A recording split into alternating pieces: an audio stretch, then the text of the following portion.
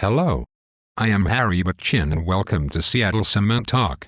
Joining us today is the head of MSHA, and he is here to tell us about the organization and what they do. Welcome to the show and thanks for coming. It's a pleasure to be here. First of all, what does MSHA stand for? It stands for Mine Safety and Health Administration. I have heard that it is internally referred to as the Menacing Citation Handout Administration. Ah. Yes, we do like to give out citations. So these citations are all safety related.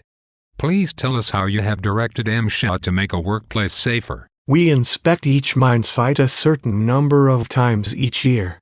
2 times for a surface mine and 4 times for an underground mine. Are these at random times? Yes. No one is supposed to know the inspector is coming.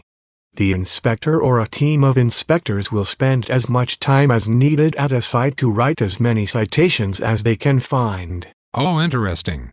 So there is no time limit to how long an inspection can go on for? No time limit. And no citation limit. They will take as much time as is needed to write a sufficient amount of fines. What if they do not find any safety violations? Oh, that is not possible. The MSHA safety statutes are written in a way to be open to the interpretation of the inspector. There is no excuse for an MSHA inspector not to be able to write citations. Let's assume for a moment that there are no serious safety violations at a facility. How would the inspectors handle it? There are always small safety violations to be found. It is theoretically impossible for a facility to go through an inspection and not receive any violations. If they did, I would send that inspector in for some retraining. Honestly, this all sounds kind of disturbing to me. I would hate to be a mine operator. What do you mean? Well, the constant threat that an inspector, who has undergone retraining, may at any moment show up at my facility and begin writing me citations for any possible thing he can make up, with no time limit and no limit to the amount of fines. It sounds more like being robbed by your thugs than having a safety inspection. Well, if you shut down your mine, then there won't be any safety issues.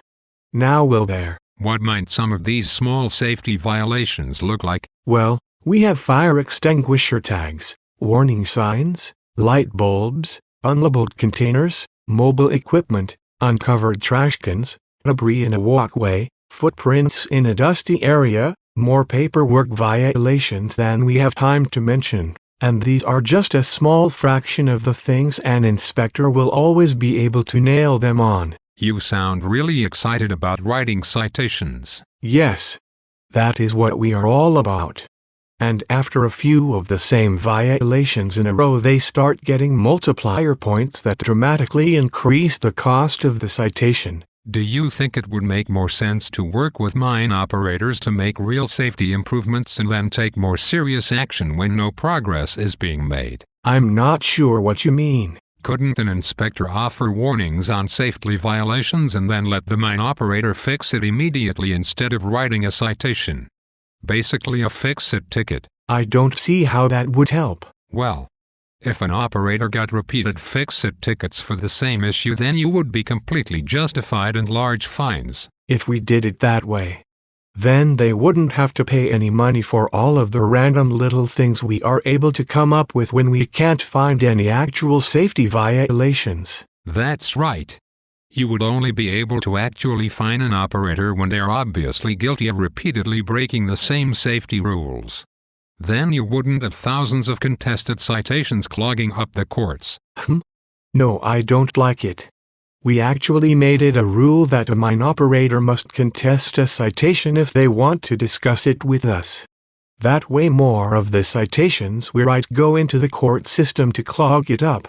It's genius, I know. Well, what are your plans for the future of the Menacing Citation Handout Administration? I plan on making sure we step up our current enforcement practices. Well, that's all we have time for this week. Please join me next time when I ask a maintenance manager about his amazing dancing skills.